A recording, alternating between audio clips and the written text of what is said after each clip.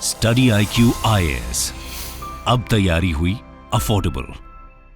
दोस्तों, latest reports के मुताबिक इंडिया ने 25 फरवरी 2024 को पाकिस्तान में रावी रिवर का फ्लो पूरी तरीके से बंद कर दिया है। भारत ने कदम अपने शाहपुर कंडी बैराज के कंस्ट्रक्शन के पूरा होने के बाद उठाया है। दोस्तों, यूं तो इंडिया के इस मूव को एक्सपर्ट्स द्वारा एक बहुत ही बड़ी स्ट्रेटेजिक विक्ट्री बताया जा रहा है, लेकिन अगर हम इसको आसान भाषा में समझें तो इसका सीधा मतलब ये है कि अब रावी नदी का 1150 क्यूसेक्स वाटर पाकिस्तान नहीं जा पाएगा और ये 1150 क्यूसेक्स ऑफ वाटर पूरा का पूरा इंडियन स्टेट्स को मिल जाएगा।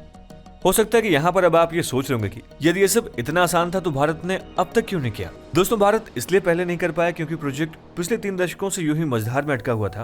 और ऐसे में देखा जाए तो सबसे पहला सवाल ये उठता है कि आखिर इस बैराज का रावी रिवर के फ्लो से क्या कनेक्शन है। उसके बाद सवाल ये कि आखिर पाकिस्तान के लिए इस रिवर के मायने क्या थे, साथ ही इसके फ्लो के रुक जाने से पाकिस्तान को क्या इम्पैक्ट होगा, ये भारत को किस तरीके से एक स्ट्रेटेजिक एज प्रोवाइड करेगा और भारत के रीजन्स को उस मूव का क्या बेनिफिट होगा। दोस्तों, आज के इस वीडियो में हम इन्हीं सब सवालों को जानने की कोशिश करेंगे, लेकिन उससे पहले आपको बता दें कि वीडियो यूपीएससी मेंस एग्जामिनेशन के पर्सपेक्टिव से भी इंपॉर्टेंट है। इस टॉपिक से रिलेटेड क्वेश्चन GS2 के IR सेक्शन में पूछे जा सकते हैं और इससे रिलेटेड एक मेंस प्रैक्टिस क्वेश्चन आपको इस वीडियो के एंड में मिल जाएगा।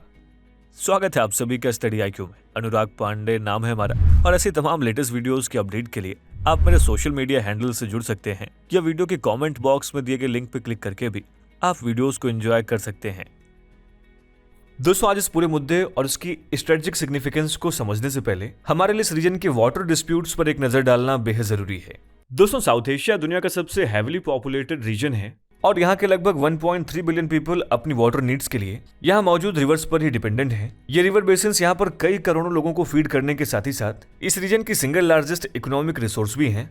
आप देखेंगे तो सभी देश मेजरली एग्रेरियन इकोनॉमीज हैं और उनका एग्रीकल्चर मेनली इन रिवर वाटर्स पर ही डिपेंडेंट होता है। साथ ही वाटर रिसोर्सेज उनकी एनर्जी डिमांड्स को पूरा करने के लिए हाइड्रो पावर प्रोडक्शन में भी बहुत क्रूशियल हो जाती हैं। साथ ही देशों की इंडस्ट्रियल यूनिट्स के लिए भी फ्यूल का काम करता है। लेकिन जैसे जैसे इन देशों में इंडस्ट्रियलाइजेशन, एग्रीकल्चरल डेवलपमेंट और अर्बनाइजेशन व डोमेस्टिक डिमांड्स बढ़ रही हैं, वैसे वैसे ये वाटर रिसोर्सेज भी खत्म होती जा रही हैं।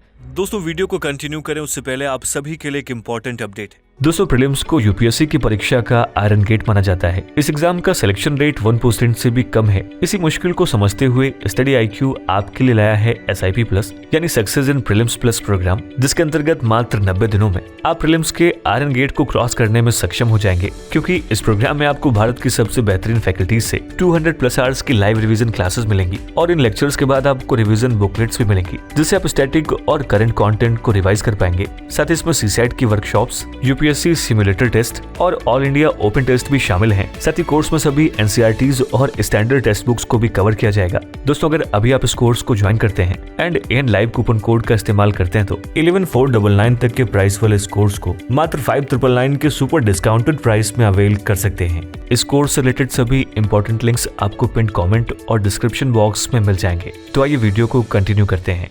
साउथ एशियन रीजन में आज हमें काफी बड़े लेवल पर वाटर शॉर्टेज देखने को मिल रहा है, जिससे रीजन एक वाटर स्ट्रेस रीजन में तब्दील हो चुका है। दोस्तों, एशियन डेवलपमेंट बैंक के मुताबिक वाटर स्कैर्सिटी के केस में पाकिस्तान आम दुनिया में पहले स्थान पर है और इतना ही नहीं बल्कि कई एस्टिमेट्स तो बताते हैं कि 2050 तक भारत में वाटर रिसोर्सेज की डिमांड दोगुना बढ़कर 1.4 ट्रिलियन क्यूबिक मीटर्स तक पहुंच सकती है, जिससे इंडिया भी वाटर स्केयर देशों की लिस्ट में शामिल हो जाएगा।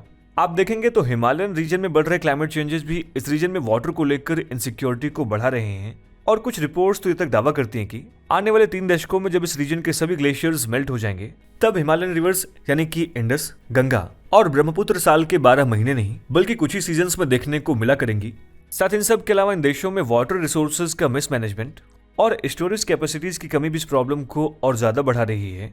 दोस्तों, इसके अलावा चाइना और तिब्बत इस रीजन के वाटर डायनेमिक्स में बहुत ही इंपॉर्टेंट रोल प्ले करते हैं और ऐसा इसलिए है क्योंकि इस रीजन की अधिकतर रिवर्स तिब्बतन प्लेटू से ओरिजिनेट होती हैं, जिसके चलते चाइना को अपर मोस्ट रिपेरियन कंट्री का दर्जा दिया जाता है। असल में एक रिवर जिस रीजन से ओरिजिनेट होती है उसको अपर रिपेरियन कहा जाता है और जिस ओर वो रिवर बहती है उन सभी एरियाज को लोअर रिपेरियन कहा जाता है। और चाइना और बाकी साउथ एशियन नेशंस के बीच इंडिया की ज्योग्राफिकल लोकेशन उसको एक मिडिल रिपेरियन पावर बना देती है। इसी वजह से आप पाएंगे कि अक्सर इस रीजन के सभी वाटर डिस्प्यूट्स में भारत किसी न किसी तरीके से जरूर इन्वॉल्व होता है। लेकिन दोस्तों, एक अपर रिपेरियन स्टेट होने के नाते चाइना के पास इन वाटर रिसोर्सेज को कंट्रोल करने का एक अनड्यू एडवांटेज मिल जाता है। आप देखेंगे तो चाइना की ह्यूज पॉपुलेशन और वहाँ कई हिस्सों में चल रही वाटर शॉर्टेज के चलते चाइना की नजर साउथ एशियन रीजन्स के वाटर टैंक्स पर बनी रहती है, जिससे लोअर रिपेरियन स्टेट्स की चिंताएं और बढ़ जाती हैं।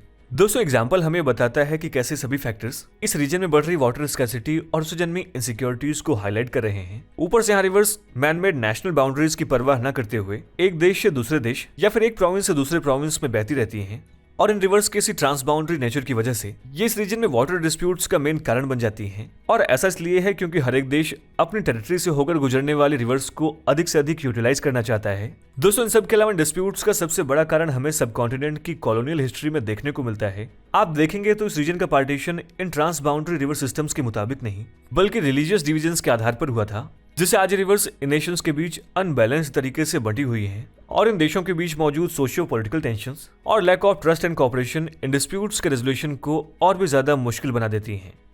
दोस्तों ऐसा ही एक बहुत प्रोमिनेंट डिस्प्यूट भारत और पाकिस्तान के बीच हमें इंडस वाटर डिस्प्यूट के रूप में देखने को मिला था।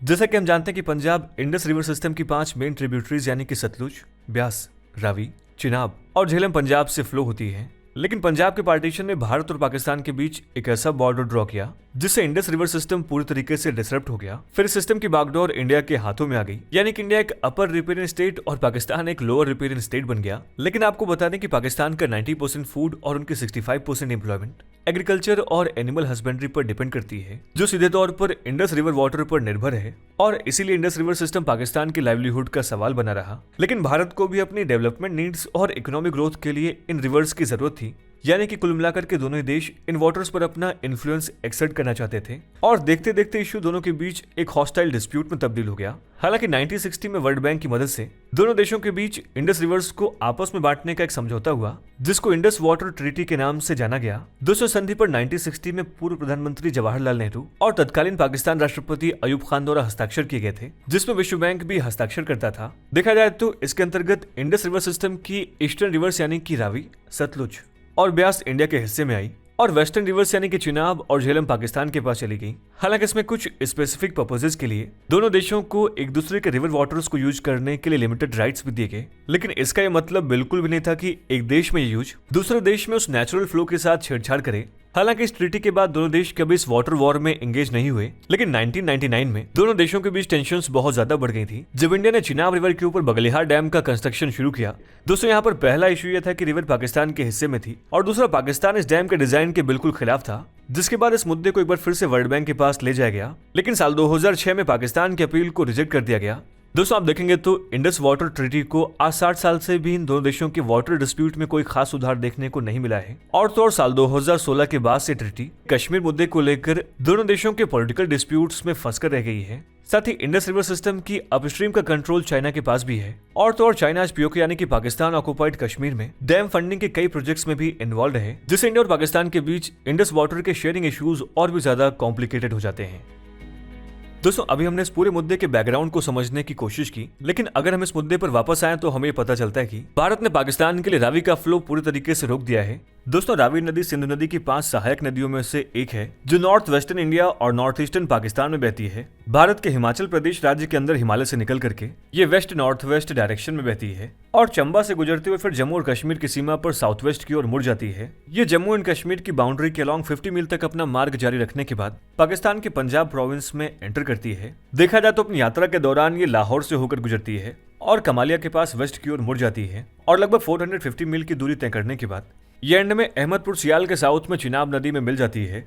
आप देखेंगे तो उस नदी का प्राचीन पानी लुभावने दृश्यों के बीच से होकर गुजरता है, जो हरी भरी पहाड़ियों और हरे भरे जंगलों से घिरा हुआ है। हिमाचल प्रदेश में बसा चंबा अपने प्राचीन मंदिरों और आश्चर्यजनक प्रदेशों से लोगों को मंत्रमुग्ध कर देता है। वहीं दूसरी ओर डलहौजी एक शांत हिल स्टेशन के रूप में कॉलोनियल आर्किटेक्चर और मनोरम दृश्य पेश करता है। अब अगर पठानकोट की बात करें तो डायरेक्टली रिवर बैंक्स पर तो नहीं पड़ता है, लेकिन ये क्रूशियल ट्रांसपोर्टेशन हब के रूप में डलहौजी एंड धर्मशाला जैसे स्पोर्ट्स का एक्सेस प्रोवाइड करता है। उसी तरीके से पंजाब में माधोपुर अपने आप में बहुत ही हिस्टोरिकल सिग्निफिकेंस रखता है। ये सभी टाउन्स रावी नदी के किनारे पड़ते हैं और ये लोगों को cultural enrichment, natural sight seeing and recreational opportunities provide करते हैं और इंडिया ने इसी रिवर का फ्लो पाकिस्तान के लिए रोक दिया है। ये असल में शाहपुर कंडी बैराज का कंस्ट्रक्शन पूरा होने के कारण हुआ है, देखा जाए तो एक लंबे इंतजार के बाद आखिरकार जम्मू कश्मीर की सीमा से लगे पंजाब में रावी नदी पर शाहपुर कंडी बांध बनकर तैयार हो गया है। इसकी मदद से इंडिया 1150 क्यूसेक्स ऑफ वाटर को रिटेन कर पाएगा, जो कि पहले पाकिस्तान के पास चला जाता था। इस डैम के बनने से इंडिया अब इस रिवर बॉडी के उसके फुल पोटेंशियल को यूज कर पाएगा और इसका इस्तेमाल यहाँ पर इरिगेशन और हाइड्रो पावर जनरेशन के लिए किया जाएगा। ये डाइवर्टेड वाटर मुख्य रूप से जम्मू कश्मीर के कठुआ और सांबा जिलों में सिंचाई के उद्देश्यों से इस्तेमाल किया जाएगा। देखा जाए तो जम्मू कश्मीर को अब कम से कम 1150 क्यूसेक पानी मिलेगा, जो पहले 1960 की सिंधु जल संधि के तहत पाकिस्तान को आवंटित किया गया था। साथ ही जम्मू और कश्मीर को बांध से उत्पन्न जल विद्युत का 20% भी मिलेगा।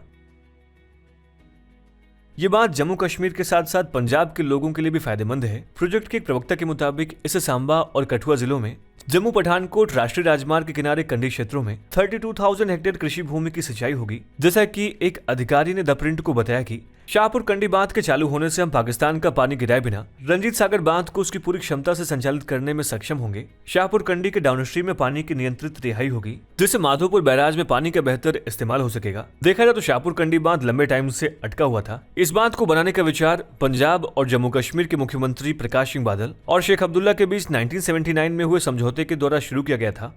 द इंडियन एक्सप्रेस की रिपोर्ट के मुताबिक दोनों राज्यों की सीमा पर रावी पर रंजीत सागर बांध बनाने का विचार था और पानी के इस्तेमाल को अनुकूलित बनाने के लिए पंजाब के गुरदासपुर जिले के शाहपुर कंडी में कुछ दूरी पर एक दूसरा बांध बनाया जाना था।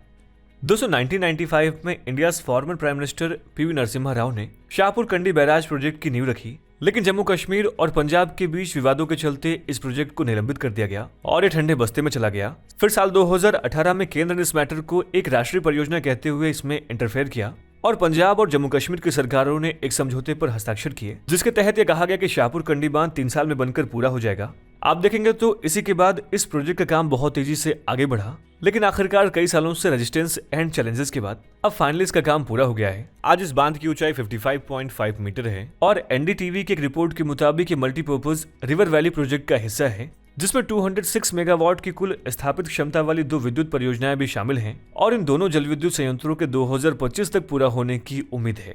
बांध पर बोलते हुए केंद्रीय मंत्री जितेंद्र सिंह ने कहा कि प्रधानमंत्री मोदी ने शाहपुर कंडी बांध परियोजना को सर्वोच्च प्राथमिकता दी है, क्योंकि इसमें जम्मू कश्मीर में हजारों एकड़ कृषि भूमि को सिंचित करने की क्षमता है। दोस्तों यहाँ पर आपके मन में सवाल यह होगा कि क्या इंडिया ने इस रिवर के फ्लो को डाइवर्ट करके इंडस वाटर ट्रीटी का उल्लंघन किया है? देखिए ऐसा बिल्कुल नहीं है। आप देखेंगे तो इंडस वाटर ट्रीटी के मुताबिक नई दिल्ली को सतलज, ब्यास और रावी नदियों के पानी पर विशेष अधिकार है, जिसमें सालाना 33 मिलियन एकड़ फीट पानी होता है, जबकि इस्लामाबाद का पश्चिमी नदियों यानी कि इंडस, झेलम और चिनाब के 135 मिलियन एकड़ फीट पानी पर नियंत्रण है। संधि के मुताबिक भारत नदियों के पानी का इस्तेमाल कर सकता है, लेकिन पश्चिमी नदियों पर भंडारण प्रणाली बनाने पर प्रतिबंध है। हालांकि भारत को डिजाइन और संचालन के लिए विशिष्टताओं के साथ पश्चिमी नदियों के इस्तेमाल से जल विद्युत उत्पन्न करने का अधिकार देता है और इसके अलावा पाकिस्तान को भारतीय परियोजनाओं के डिजाइन पर आपत्ति करने का भी अधिकार है।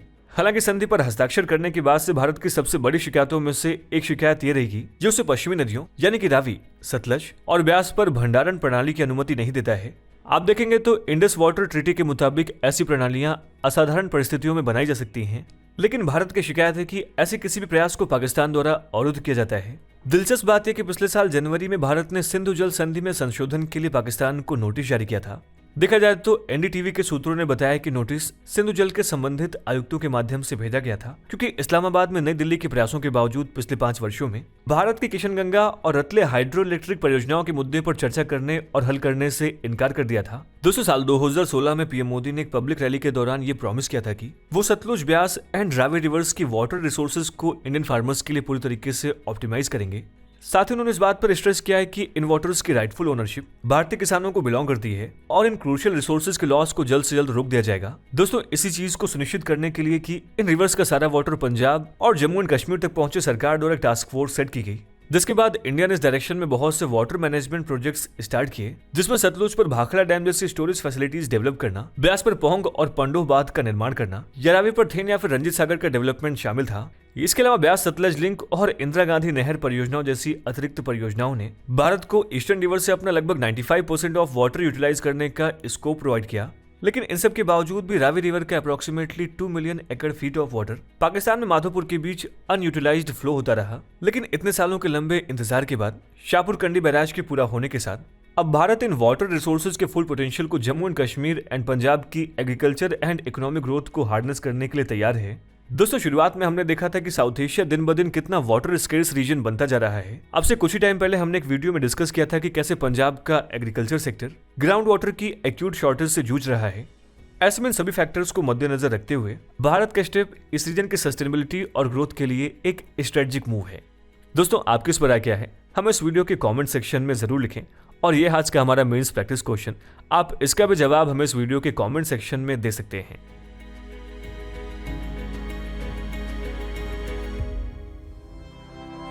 स्टडी IQ IAS, अब तैयारी हुई अफोर्डेबल।